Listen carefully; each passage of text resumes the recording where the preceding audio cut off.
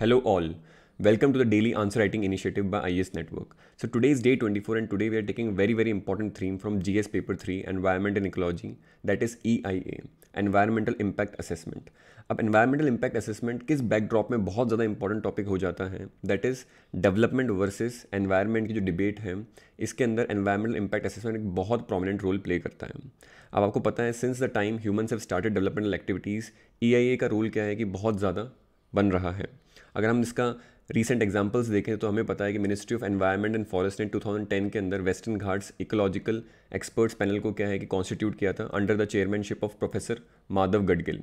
और प्रोफेसर माधव गडगिल ने अपनी रिपोर्ट 2011 में क्या है कि पब्लिश करी थी और उस रिपोर्ट में क्या बोला था कि जो वेस्टर्न घाट्स हैं these are highly biodiverse hotspots, और एज अ रिजल्ट इस पूरे एंटायर वेस्टर्न घाट्स को क्या है कि हमें इकोलॉजिकल सेंसिटिव जोन के अंदर क्या है कि डाल देना चाहिए.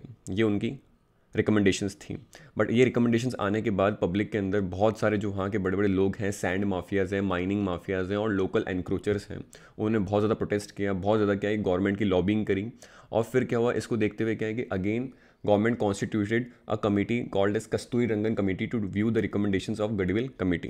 और कस्तूरी रंगन कमेटी ने क्या है कि सैंड माफियाज़ और इन माइनिंग कमेटीज़ का क्या है कि साथ देते हुए उसको प्रोटेस्ट को क्या है कि नलीफाई करते हुए क्या किया, उन्होंने बोला कि ठीक है वेस्टर्न घाट क्या है कि एक बायोडाइवर्सिटी हॉटस्पॉट है, बट ये सारा इकोलॉजिकल सेंसिटिव जोन के अंदर करने का कोई इशू नहीं है. आप सिर्फ 37% जो एरिया है वेस्टर्न घाट्स का उसको ESA के अंदर डाल दो, that is ecologically sensitive area. तो हमने क्या देखा, उसका डाइल्यूशन हो गया, गडगिल कमेटी का रिकमेंडेशंस का डाइल्यूशन हुआ. Eight the same time recent times के अंदर आप देखो तो LG पॉलीमर्स केस हुआ था कहाँ पे, विशाखापट्टनम में, जहाँ पर गैस लीकेज से बहुत लोगों की डेथ हो गई थी. तब उसमें देखा तो हमें पता लगा कि NGT ने ये बताया कि there were serious environmental lapses and in environmental clearances. तो बहुत सारे इंस्टांस हैं. अब अगर आप एक और चीज़ देखो तो रीसेंट टाइम में कोविड के चलते हुए there is deindustrialization of China से बहुत सारी industries are expected to come in India. और इसलिए क्या है कि EIA as a tool for environmental protection बहुत ज़्यादा इंपॉर्टेंट हो जाता है, बिकॉज जो भी इंडस्ट्रीज़ आएंगी वो यहाँ के एनवायरमेंटल क्लियरेंसेस के बाद ही क्या है कि स्टैब्लिश हो पाएंगे. और अच्छे से अगर EIA नहीं होगा तो there will be wide spread environmental losses. तो इन सब बैकड्रॉप के पीछे हम EIA पे एक क्वेश्चन डिस्कस करेंगे और देखेंगे किस तरीके से कॉम्प्रिहेंसिव आंसर लिखा जाता है, किस तरीके से इंपॉर्टेंट एग्जांपल्स, केस स्टडीज़ और डायग्राम्स हम EIA के टॉपिक में इंक्लूड कर सकते हैं. EIA का टॉपिक इसके बाद आपका पूरा कंप्लीट हो जाएगा. You don't need to publicly again do it and prepare it. So let's start the video, but before that kindly like the video, do share it with your friends, kindly comment on what all topics we can take next. So let's start the video. अब बात करें today is day 24 and today we are taking a very important topic that is from GS paper 3 environment and ecology, that is EIA. If you have doubts regarding previous video, kindly contact me on this. Now the question I have taken today is what is environmental impact assessment. पहला question है. Second, analyze how far the EIA has been useful for environmental as well as societal perspective. किस तरीके से EIA ने आज तक क्या है कि यूटिलिटी दिखाई है या दिखाई भी है नहीं दिखाई है, तो उसको हमें एनालाइज करना है. तो हम क्या है कि यहाँ पर थोड़े से एडवांटेजेस, बट क्या है कि मेजरली हम यहाँ पर क्या है कि शॉर्टकमिंग्स, ड्रॉबैक्स जो हैं EIA के साथ उसको सेकंड पॉइंट में हाईलाइट करने की कोशिश करेंगे. So again the question is of 15 marker, that means 3 pages will be given. First question tag हमारा क्या है कि व्हाट है, और what is a light keyword. हमें सिर्फ क्या है कि इन्फॉर्मेशन देनी है इसमें. तो हम यहाँ पर क्या अगर वेटेज निकालने की कोशिश करें तो 15 मार्कर्स में से 5 मार्क्स क्या है कि आपको what is environmental impact assessment में एग्जामिनर देने की कोशिश करेगा, या out of 5 he will be evaluating your answer. और अगर एनालाइज की बात करें तो हम इसको क्या है कि रफली 10 मार्क्स अवॉर्ड कर सकते हैं. तो आउट ऑफ 10 मार्क्स क्या है कि आपका इसमें से पेपर का आंसर इवेल्युएट होगा. तो अब हम देखते हैं किस तरीके से इसका आंसर लिख सकते हैं. तो पहली बात करूं तो अगेन इंट्रोडक्शन 2 तरीके से लिखा जा सकता है, that is what versus why. But जब क्वेश्चन में क्या है कि इटसेल्फ क्वेश्चन में अगर एक सिंपल सा चीज़ आता है जो कि क्या है व्हाट ऑलरेडी पूछ रहा है, किसी भी थीम का व्हाट ऑलरेडी क्वेश्चन में पूछा जा रहा है, तो it is always better to start with the what kind of introduction only, because आप वहाँ पर स्पेस भी सेव करते हो और वहाँ पर रिक्वायरमेंट भी क्या है कि व्हाट देने की है. तो हम यहाँ पर ट्राई करेंगे कि व्हाट वाले क्या है इंट्रोडक्शन से हम स्टार्ट कर सकें. तो व्हाट की अगर हम बात करते हैं तो what is environmental impact assessment. तो UNEP बहुत ही स्टैंडर्ड डेफिनेशन है which is very useful as well. तो UNEP क्या बोलता है, UNEP defines EIA as a tool to identify the environmental, social, economic impacts of a project prior to decision making. ठीक है, कोई भी एक डेवलपमेंटल प्रोजेक्ट है, let suppose setting up of any industry, तो उसके इंडस्ट्री के सेट होने से क्या क्या एनवायरमेंटल, सोशल और इकोनॉमिक इम्पैक्ट्स हो सकते हैं उस प्रोजेक्ट के, उसको क्या है कि पहले ही बिफोर हैंड जान लेना, फाइनली डिसीजन लेने से पहले, ये क्या है कि एक टूल प्रोवाइड करता है कौन, EIA। It aims to product environmental impacts at an early stage. Early stage पे क्या है कि जो एनवायरमेंटल कॉस्ट हमें मिलने वाली है उसको क्या है कि डिज़ाइन कर लेता है, बता देता है। एज अ रिजल्ट क्या है कि हम अकॉर्डिंगली प्लान और डिज़ाइन कर सकते हैं and find ways to mean to reduce the adverse impacts of the project. ये चीज़ सिंपल सी हो गई। At the same time it also involves what local communities, local stakeholders in the entire decision making process of the project. ठीक है, इसी को देखते हुए क्या है कि environmental impact assessment in India got a statutory backing by the environmental protection act. ठीक है, तो अगर आपको प्रीलिम्स में पूछा जाएगा कि EIA अपनी कहाँ से क्या है कि स्टैट्यूटरी बैकिंग को लेता है, तो उसकी पावर कहाँ से आती है, उसको एनवायरमेंटल प्रोटेक्शन एक्ट जो है 1986 का अकॉर्डिंगली क्या है कि उसके थ्रू एक नोटिफिकेशन पास हुआ था 1994 में, और वहाँ से क्या है कि EIA अपनी पावर्स लेता है। तो आप एक जनरल इंट्रोडक्शन दे सकते हो 3-4 लाइन्स का। ठीक है, यहाँ पर मैंने थोड़ा ज़्यादा दिया, but otherwise you can simply right a introduction of 3-4 lines from this particular definition, and you can actually write one line that it got statutory backing from EPA Act of 1986। अगर हम बात करें तो EIA के लिए बहुत important diagram है, और ये डायग्राम हमेशा बना के आना is advisable in the exam. अभी डायग्राम क्या है, ये डायग्राम क्या बता रहा है हमारे पास, वाई एक्सिस पे it is showing us the environmental health. Y axis पे ये एनवायरमेंटल हेल्थ शो करता है which is been given by this line. ये एनवायरमेंटल हेल्थ है किसी पर्टिकुलर लोकेलिटी की, किसी पर्टिकुलर इकोसिस्टम की, किसी पर्टिकुलर रीजन की ये एनवायरमेंटल हेल्थ है, हमने मान ली है, जो कि वाई एक्सेस पे हम शो कर रहे हैं। अब ये क्या है कि प्रेजेंट स्टेटस है किसका, एनवायरमेंटल हेल्थ का, विदाउट एनी प्रोजेक्ट। वहाँ पर कोई प्रोजेक्ट स्टार्ट नहीं हुआ है, प्रेजेंट हेल्थ है। बट अगर मान लो क्या है कि कोई प्रोजेक्ट स्टार्ट करते हैं हम, लेट्स से T=5 पे हम क्या है कि प्रोजेक्ट स्टार्ट करते हैं, और अगर वो प्रोजेक्ट स्टार्ट करने के बाद हमें क्या पता लग रहा है कि उस पर्टिकुलर एरिया की जो एनवायरमेंटल हेल्थ है वो क्या है कि डिटोरिएट हो जाएगी, ये कम हो रही है ना यहाँ पर, जैसे डिटोरिएशन। तो विद प्रोजेक्ट क्या है कि हमें क्या दिख रहा है कि अगर हम वो प्रोजेक्ट स्टार्ट करते हैं तो वहाँ की एनवायरमेंट हेल्थ क्या है कि डिटोरिएट हो रही है और वो नीचे आ रही है। This is decline of environmental health with time. तो ये पर्टिकुलर एक सिंपल डायग्राम हो गया। अब बात करते हैं environmental impact ratification after EIA। अब हम क्या है कि उस पर्टिकुलर प्रोजेक्ट के अंदर क्या है कि EIA लगाने की कोशिश कर रहे हैं। तो ऑफकोर्स इधर हमारे पास वापस क्या एनवायरमेंटल हेल्थ है which is shown by this particular line. ये एनवायरमेंटल हेल्थ है किसी भी पर्टिकुलर रीजन की। अगर हम बात करें जब हमने प्रोजेक्ट स्टार्ट किया था, तो अगर हम क्या है कि EIA नहीं करते तो यहाँ पर एनवायरमेंटल हेल्थ यहाँ पर इस लेवल तक डिग्रेड हो जाती।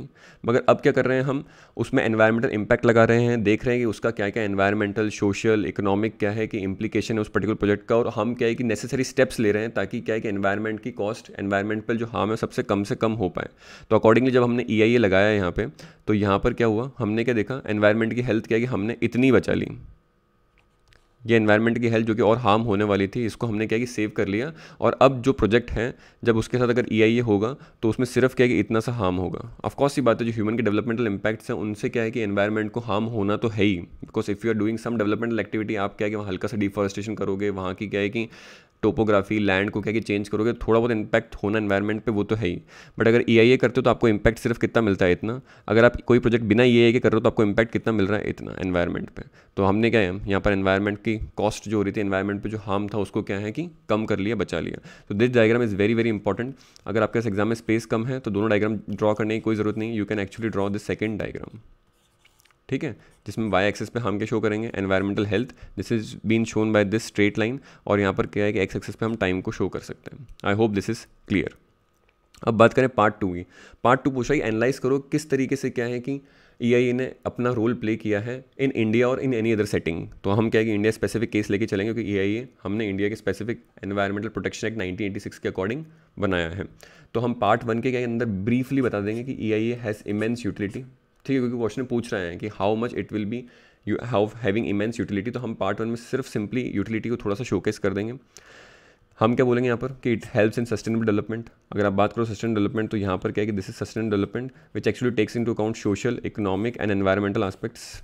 ठीक है, then EIA is a cost effective method to eliminate और minimise the adverse impacts of developmental projects, जो हमने देखा भी डायग्राम से, उस डायग्राम के ऊपर भी आप लाइन लिख के शो कर सकते हो। Then it encourages mitigation strategies. हमें पता लग गया कि अच्छा इस पर्टिकुलर प्रोजेक्ट का ये एनवायरमेंटल हार्म या एनवायरमेंटल कॉस्ट हो सकती है, तो हम क्या है कि ऑलरेडी प्री प्लान्ड मैनर में क्या है कि हम मिटिगेशन या फिर इंप्रूवमेंट स्ट्रेटजीज़ क्या है कि प्लानिंग और डिज़ाइन में ले सकते हैं इन द डेवलपमेंटल प्लान।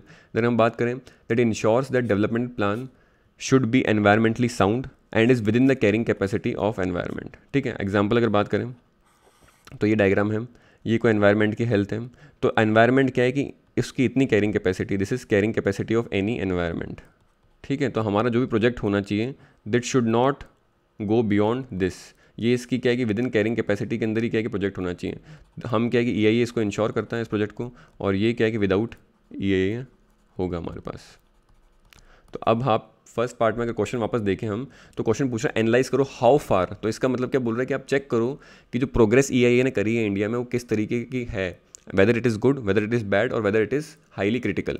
तो आपने क्या किया, पहले फर्स्ट पार्ट का तो आपने आंसर दे दिया है, उसमें डायग्राम शो कर दिया है, देन आपके 5 मार्क्स में इसका एवेल्यूएशन हो जाएगा। सेकंड के अंदर अगर हम बात करें तो हमें शुरू में थोड़ी सी यूटिलिटी दे दी है, हमने बता दिया है किस तरीके से वो क्या है कि डेवलपमेंट शो करता है, प्रोग्रेस शो करता है। यहाँ पर अगर हमें एग्जाम्पल देना हो तो हम यहाँ पर एग्जाम्पल दे सकते हैं कि जो एक पॉस्को एक स्टील मेकिंग कंपनी है, जब वो नियामगिरी हिल्स में गई, when it went to Niyamgiri hills, तो वहाँ पर क्या है कि इसको क्लियरेंस नहीं मिला, एनवायरमेंटल क्लियरेंस नहीं मिला, बिकॉज वहाँ की जो 12 विलेज काउंसिल्स थी उन्होंने क्या है कि इसको एनवायरमेंटल क्लियरेंस देने से डिनाई कर दिया। तो हमें पता है कि एनवायरमेंटल इम्पैक्ट असेसमेंट में क्या है कि एक बहुत इंपॉर्टेंट पोर्शन है of the local communities, of the local stakeholders, उनसे भी क्या है कि पूछा जाता है regarding the social impact of a particular project. तो वहाँ की जो 12 विलेज काउंसिल्स थी उन्होंने यूनानिमसली क्या है कि इस पॉस्को जो स्टील मेकिंग प्लांट का प्रोजेक्ट था नियामगिरी हिल्स में डालने वाले थे उसको क्या है कि डिनाई कर दिया।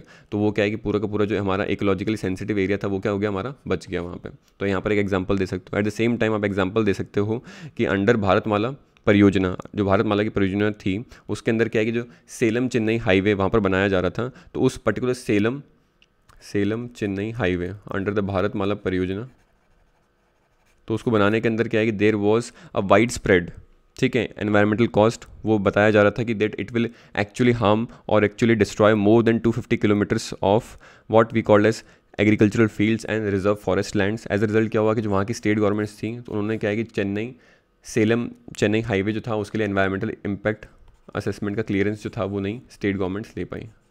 ठीक है, तो ये चीज़ भी क्या है बता सकते हो कि किस तरीके से क्या है कि ये एनवायरनमेंट को सेव करता है। तो आपने फर्स्ट पार्ट में बता दिया। अब सेकंड पार्ट में इसमें हम ड्रॉबैक्स की बात करें, बिकॉज ड्रॉबैक्स अगर आप देखो EIA के इंडिया में बहुत ज़्यादा हैं, बहुत ज़्यादा शॉर्टकमिंग्स हैं EIA की इंडिया में। तो सेकंड पार्ट में हम बोल देंगे however EIA as a tool for environmental protection lacks on several fronts. First इसमें बता सकते हैं that is quality of EIA। जो EIA की क्वालिटी इंडिया में होती है उसमें क्या पाया जाता है, there are high gaps in implementation of environmental management plan on the ground. अगर आप बात करो EIA की तो EIA के अंदर एक इंपॉर्टेंट कंपोनेंट होता है and that component is environmental management plan. अब एनवायरमेंट मैनेजमेंट प्लान क्या है कि बहुत अलग अलग चीज़ों पे क्या है कि एक पूरा का पूरा प्रोटोकॉल, एक पूरा का पूरा प्रोसीजर बनाता है।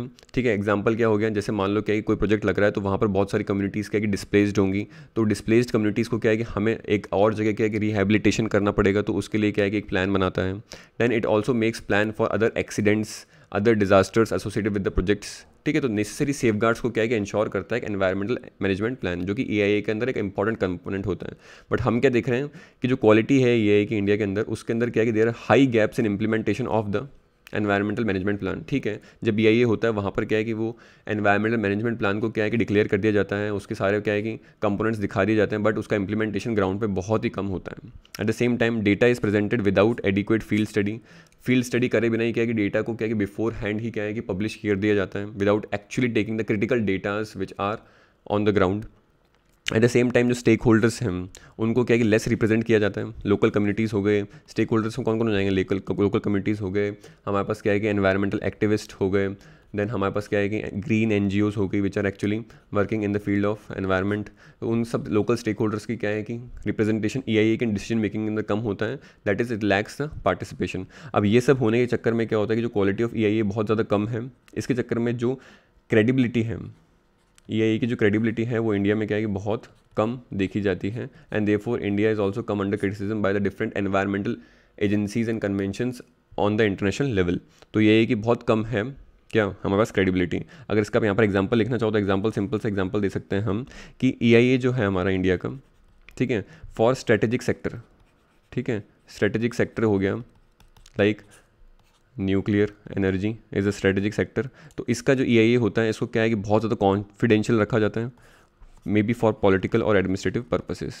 और हमें पता है कि न्यूक्लियर प्रोजेक्ट क्या है कहीं भी लगाना is a very highly environmental cost taking toll. तो यहाँ पर क्या है कि EIA जो for strategic sectors like nuclear energy projects, उनका EIA क्या है, उनका एनवायरमेंटल प्रोजेक्ट प्लान क्या है, जो भी इनका एनवायरमेंटल प्रोजेक्ट मैनेजमेंट प्लान जो होता है फॉर दीज स्ट्रेटेजिक सेक्टर्स, उसका क्या है, बहुत कॉन्फिडेंशियल रखा जाता है, either due to political and administrative purposes.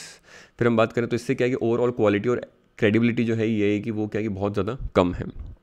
फिर हम बात करें there is dilution in the EIA via help of amendments. तो जब से क्या है कि EPA एनवायरमेंटल प्रोटेक्शन एक्ट के अंदर 1986 के अंदर क्या है कि जब से हमने नोटिफिकेशन स्टार्ट करके 1994 से क्या है कि डेवलपमेंट प्रोजेक्ट्स के लिए EIA स्टार्ट किया है, तब से बहुत सारे अमेंडमेंट्स क्या है कि इसके अंदर हुए हैं। और रिसेंट हमें पता है अमेंडमेंट्स क्या है कि 2020 के न्यू EIA ड्राफ्ट रूल्स आए हैं, ठीक है। तो ये सारे जो भी अमेंडमेंट्स हो रहे हैं, ये अमेंडमेंट्स क्या है कि एक सेकेंड, ये सारे अमेंडमेंट्स क्या है कि EIA को स्ट्रॉन्ग बनाने के लिए नहीं हो रहे हैं, ठीक है। It is not making EIA strong but it is actually diluting the strength of EIA for developmental projects. तो हम क्या कर रहे हैं, हमारा EIA को कॉम्प्रोमाइज़ कर रहे हैं, एनवायरमेंटल कंसर्न्स जो उसमें कॉम्प्रोमाइज़ हुए जा रहे हैं फॉर डेवलपमेंटल नीड्स। तो हम डेवलपमेंटल नीड्स को क्या है कि हायर प्रायोरिटी दे रहे हैं as compare to environmental protection. तो अगर आप रिसेंटली बात करो, 2020 के अंदर जो हमारे पास न्यू रूल्स आए हैं, ड्राफ्ट EIA न्यू रूल्स जो आए हैं, उसके अंदर क्या है कि they have reduced the time for public scrutiny, ठीक है। तो EIA के अंदर क्या है कि जब भी एक प्रोजेक्ट कहीं पे लगता है तो वहाँ पर पब्लिक स्क्रूटनी के लिए क्या है कि एक पर्टिकुलर टाइम पीरियड दिया जाता है, ताकि वहाँ की local communities, societies, NGOs, activist क्या है कि अपना उसमें फीडबैक दे सकें, अपना ओपिनियन दे सकें, जिसको भी क्या है कि डिसीजन मेकिंग में यूज़ किया जाए फाइनली। बट जो नए ड्राफ्ट रूल्स आए हैं उन्होंने क्या है कि रिड्यूस कर दिया टाइम फॉर पब्लिक स्क्रूटनी। अब क्या है कि सही तरीके से क्या है कि पब्लिक भी अपने डिसीजन मेकिंग पे नहीं आ पाएगी। तो इसलिए डाइल्यूशन हो रहा है अमेंडमेंट्स के थ्रू EIA के एक्चुअल फिलॉसफी के अंदर। देन हम बात करें there is violation of rules and procedures. तो बहुत बार हमने देखा गया है कि जो EIA रिपोर्ट्स होती हैं वो they are mainly been done and prepared by bypassing the various procedures. जो प्रोसीजर्स होते हैं, स्टैंडर्ड प्रोसीजर्स होते हैं, लॉज होते हैं, and there are certain mistakes which are been committed deliberately and wilfully, ठीक है। अगर इसमें एग्जांपल की बात करें तो हम इसमें यहाँ पर जो हमने डिस्कस किया था इंट्रोडक्शन में, LG पॉलीमर्स का जो केस है, ठीक है, जिसमें क्या है कि गैस लीक हुई थी, ठीक है, विशाखापट्टनम में था ये। तो यहाँ पर क्या है कि जो ministry of environmental and forest ने क्या है कि NGT को ये बताया कि there was serious environmental lapses, ठीक है, और उसमें एनवायरमेंटल कंसर्न्स को नहीं लिया गया था। एट द सेम टाइम अगर आप बात करो रिसेंटली जो ऑयल इंडिया लिमिटेड था आसाम के अंदर, वहाँ पर जो हमारे पास क्या है कि जो वहाँ पर ऑयल इंडिया लिमिटेड के अंदर जो हज़ार्ड हुआ, तो उसमें ये बताया जा रहा था कि अगर यहाँ पर सही से प्रोसीजर्स और लॉज को फॉलो किया जाता EIA के, तो ये जो पर्टिकुलर डिज़ास्टर हुआ है ऑयल इंडिया लिमिटेड में, उसको क्या है प्रोटेक्ट किया जा सकता था। तो ये सारे एग्जांपल्स हैं, आप इसको लिख सकते हो। LG पॉलीमर्स का बहुत फेमस है, ऑयल इंडिया लिमिटेड असम के अंदर रिसेंटली जो EIA ना होने के चक्कर में जो भी क्या है कि वहाँ पर हज़ार्ड हुआ, उसको भी आप क्या है कि कोट कर सकते हो। फिर फोर्थ पॉइंट की बात करें, there is non availability of reliable environmental database. जो इंडिया के अंदर क्या है कि एनवायरमेंटल डेटाबेस बहुत ही क्या है लो लेवल पे क्या है कि एग्जिस्ट करता है। EIA जहाँ पर जो प्रिपेयर्ड होता है is without the sufficient data, ठीक है। At the same time we lack exhaustive ecological and socio economic indicators. ये तो हमारा क्या है कि नेशनल लेवल पे क्या है कि हमारे पास एक कोई स्पेसिफिक एग्जॉस्टिव इकोलॉजिकल और सोशो इकोनॉमिक इंडिकेटर्स का कोई डेटाबेस नहीं है कि जहाँ पर हमें क्या है कि बेस लाइन डेटा मिल जाए जिसको हम यूज़ कर सके कोई प्रोजेक्ट को इनिशिएट करने के चक्कर में। तो इसी के चक्कर में क्या होता है, it lead to what we called as fraudulent EIA studies. बहुत सारी फ्रॉडुलेंट EIA स्टडीज़ हो जाती हैं। अब फ्रॉडुलेंट EIA स्टडीज़ के अंदर क्या होता है कि there are many studies which shows that कि सेम डेटा और same facts are been used for 2 totally different places.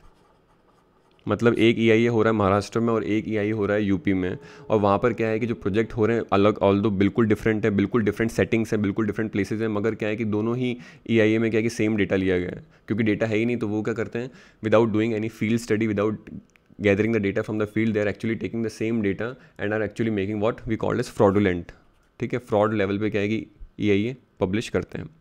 फिर हम बात करें, there is now again a shortage of sound technical manpower. अगर आप बात करो जो EIA टीम होती है वो क्या है, that lakhs expertise in environmental science, wild life, anthropology and social scientist. उसका पूरा का पूरा क्या है कि उनका रिप्रेजेंटेशन नहीं होता है। एट द सेम टाइम जो वहाँ पर पर्सनल्स होते हैं उनके अंदर क्या है कि they don't have the proper expertise in these particular fields. Eight the same time जो भी क्या है कि EIA के अंदर क्या है कि गवर्नमेंट थर्ड पार्टी कंसल्टेंट्स को लेती है, which are also called as EIA consultants, ठीक है। इनका भी क्या है कि प्रॉपर एक्रीडेशन चेक नहीं किया जाता है, और मान लो अगर इनका प्रॉपर एक्रीडेशन चेक नहीं हो रहा है तो EIA के अंदर मान लो फ्यूचर में कोई लैप्सेस मिलते हैं या EIA सही नहीं होने के कारण क्या है कि वहाँ पर कोई डिज़ास्टर हो जाता है, तो क्या है कि ये पर्टिकुलर थर्ड पार्टी को क्या है कि आप what you cannot hold accountable, because वो क्या है कि एक्रीडेटेड ही नहीं है किसी पर्टिकुलर इंटरनेशनल एजेंसीज से which are actually working in the field of environment. Then last जो हमारे पास इंपॉर्टेंट इशू है that is of public hearing. अब पब्लिक हियरिंग की बात करूँ तो जो पब्लिक के कमेंट्स होते हैं they are not been included in the early stage. जो अर्ली स्टेज होता है EIA का, उसमें अर्ली स्टेज में क्या है कि public comments are often not considered, ठीक है, which leads to last later और क्या होता है, it leads to conflict at the later stages, ठीक है, and it delays the clearances of the particular development project, ठीक है। देयर आर सेवरल प्रोजेक्ट जहाँ पर क्या है कि सिग्निफिकेंट एनवायरमेंटल सोशल इम्पैक्ट्स को क्या है कि मैंडेटरी पब्लिक स्क्रूटनी से क्या है कि बाईपास किया गया है, ठीक है, ताकि क्या है कि उसको ऊपर बैठे बैठे क्या है कि वहाँ पर क्लियर कर दिया जाए। एट द सेम टाइम जो पब्लिक या फिर जो लोकल कम्युनिटीज़ हैं, ठीक है, उनकी जो ट्रेडिशनल नॉलेज है, ट्रेडिशनल नॉलेज हो गई हमारे पास, जिसको हम एक और भाषा में क्या बोलते हैं, इंडिजिनस नॉलेज, ठीक है, इसको ऑफन क्या है कि इग्नोर कर दिया जाता है वाइल गैदरिंग द डेटा। तो पब्लिक हियरिंग के अंदर भी क्या है कि इंडिया के जो EIA है वो बहुत ज़्यादा क्या है कि उसमें लैप्सेस पाए जाते हैं। फिर फाइनली क्या है कि आप इसमें कंक्लूजन लिख सकते हो। कंक्लूजन के अंदर you can simply write that EIA क्या है, EIA in India should be done by a independent EIA authority, ठीक है, इंडिपेंडेंट EIA अथॉरिटी के थ्रू करवाना चाहिए। At the same time we should actually promote what we called as sector wise EIA, ठीक है। We need to create a what we called as centralised baseline data bank बनाना चाहिए, ताकि क्या है कि प्रॉपरली क्या है कि हम जो डेटा है फील्ड स्टडीज़ के थ्रू मैच करवा सकें। एट द सेम टाइम क्या है कि हमें यहाँ पर लोकल कम्युनिटीज़ को है, लोकल कम्युनिटीज़ जो होती है उनको प्रॉपर क्या है इंफॉर्मेशन डिफ्यूजन या इन्फॉर्मेशन शेयरिंग करनी चाहिए लोकल कम्युनिटीज़ के साथ, ठीक है। तो हम सिंपल से लास्ट में लिख सकते हैं that it is very very critical to prepare EIA report completely independent from project proponent, ठीक है। जो प्रोजेक्ट प्रोपोनेंट्स होते हैं जो कि क्या है कि ऑलरेडी क्या है प्रोजेक्ट बना रहे हैं, तो वो थर्ड पार्टी से क्या है कि कंसल्टेंट करवाते हैं, और वहाँ पर क्या है करप्शन के, मैलिफाइड इंटेंशंस के क्या है केस लगते हैं, बिकॉज वहाँ पर क्या है कि जो प्रोजेक्ट प्रोपोनेंट है which is also the person who has started the project, वो जब थर्ड पार्टी कंसल्टेंट से क्या है कि EIA करवाते हैं, तो वहाँ पर क्या है कि बहुत सारे करप्शन के, एनवायरमेंटल लैप्सेस के, मैलिफाइड इंटेंशंस को क्या है कि इंक्लूड करते हुए क्या है कि वो वहाँ पर क्लियरेंस लेने की कोशिश करते हैं। एट द सेम टाइम यहाँ पर एक और इशू क्या होता है that is the issue of conflict of interest हो जाता है, ठीक, कॉन्फ्लिक्ट ऑफ इंटरेस्ट हो जाता है जो कि आपने एथिक्स में पढ़ा होगा। And therefore it is very very essential that जो EIA हो कहीं पे भी वो क्या है कि एक पर्टिकुलर इंडिपेंडेंट अथॉरिटी के थ्रू हो, और इसीलिए क्या है कि जो डिफरेंट स्टेट गवर्नमेंट्स हैं, जो डिफरेंट सेंट्रल गवर्नमेंट्स हैं, तो उनको क्या है कि एक लिस्ट बनानी चाहिए of these independent authorities which are actually promoting EIA। और यही जो लिस्ट बनाएंगे, इस लिस्ट में जो भी क्या है कि इंडिपेंडेंट अथॉरिटीज़ हैं जिसका बैकग्राउंड हमने चेक कर रखा है, जिसका हमने एक पास परफॉर्मेंस चेक कर रही, उन्हीं की लिस्ट क्या है कि सेंट्रल गवर्नमेंट्स और स्टेट गवर्नमेंट्स को निकालनी चाहिए, जिससे क्या है कि जो भी प्रोजेक्ट प्रोपोनेंट्स हैं वो अपना EIA करवा सकें। So this was all regarding the very very important topic of EIA। I hope EIA is now clear. EIA के अंदर क्या है कि हमें सिंपल से डेफिनेशन पता होनी चाहिए, कहाँ से EIA आया है उसका पता होना चाहिए, जो डायग्राम था हमारा एनवायरमेंटल हेल्थ वाला, कैरिंग कैपेसिटी वाला, वो हमें पता होना चाहिए। इंपॉर्टेंस क्या है EIA की, सस्टेनेबल डेवलपमेंट हो गया, उसके अंदर हम तीनों वेन डायग्राम बना के सस्टेनेबल डेवलपमेंट को शो कर सकते हैं। हम बता सकते हैं कि EIA किस तरीके से क्या है प्रिकॉशनरी प्रिंसिपल हो गया, सस्टेनेबिलिटी प्रिंसिपल को प्रमोट करता है। एट द सेम टाइम जो भी इंपॉर्टेंट लैप्सेस हैं एनवायरमेंटल इम्पैक्ट असेसमेंट की इंडिया के अंदर, उसको हमने 5-6 पॉइंट्स में डिवाइड कर दिया, and we tried to give example under each point which will actually fetch you high marks. So examples देना बहुत इंपॉर्टेंट है, केस स्टडीज़ देना बहुत इंपॉर्टेंट है। केस स्टडीज़ हमने पॉजिटिव के अंदर पॉस्को की केस स्टडी दी, पॉजिटिव के अंदर हमने चेन्नई सेलम हाईवे की केस स्टडी दी, नेगेटिव के अंदर हमने LG पॉलीमर्स जो विशाखापट्टनम की गैस लीक हुई उसकी केस स्टडी दी, ऑयल इंडिया लिमिटेड असम के अंदर जो हज़ार्ड हुआ उसकी केस स्टडी दी हमने। एट द सेम टाइम हम ये जो मुंबई पुणे, जो मुंबई दिल्ली के बीच में बुलेट ट्रेन का प्रोजेक्ट है, जिसमें क्या है कि बहुत सारा significant area of mangrove forest कटने की बात हो रही है, specially in the Maharashtra region, उसकी भी क्या है कि EIA दे सकते हैं कि proper EIA is not been catered to, and as a result of which high mangrove vegetation is being what vulnerable to deforestation। तो हम क्या है कि एग्जाम्पल्स को कोट करते हुए फाइनली कंक्लूजन देंगे क्या कि जो भी EIA करवाना चाहिए that should be with a help of an independent authority which is been properly marked and listed by the state governments and central governments after checking their background and past performances. So I hope this particular topic discussion on EIA was helpful, and we'll take all other topics and themes in the coming videos. So thank you and have a nice day.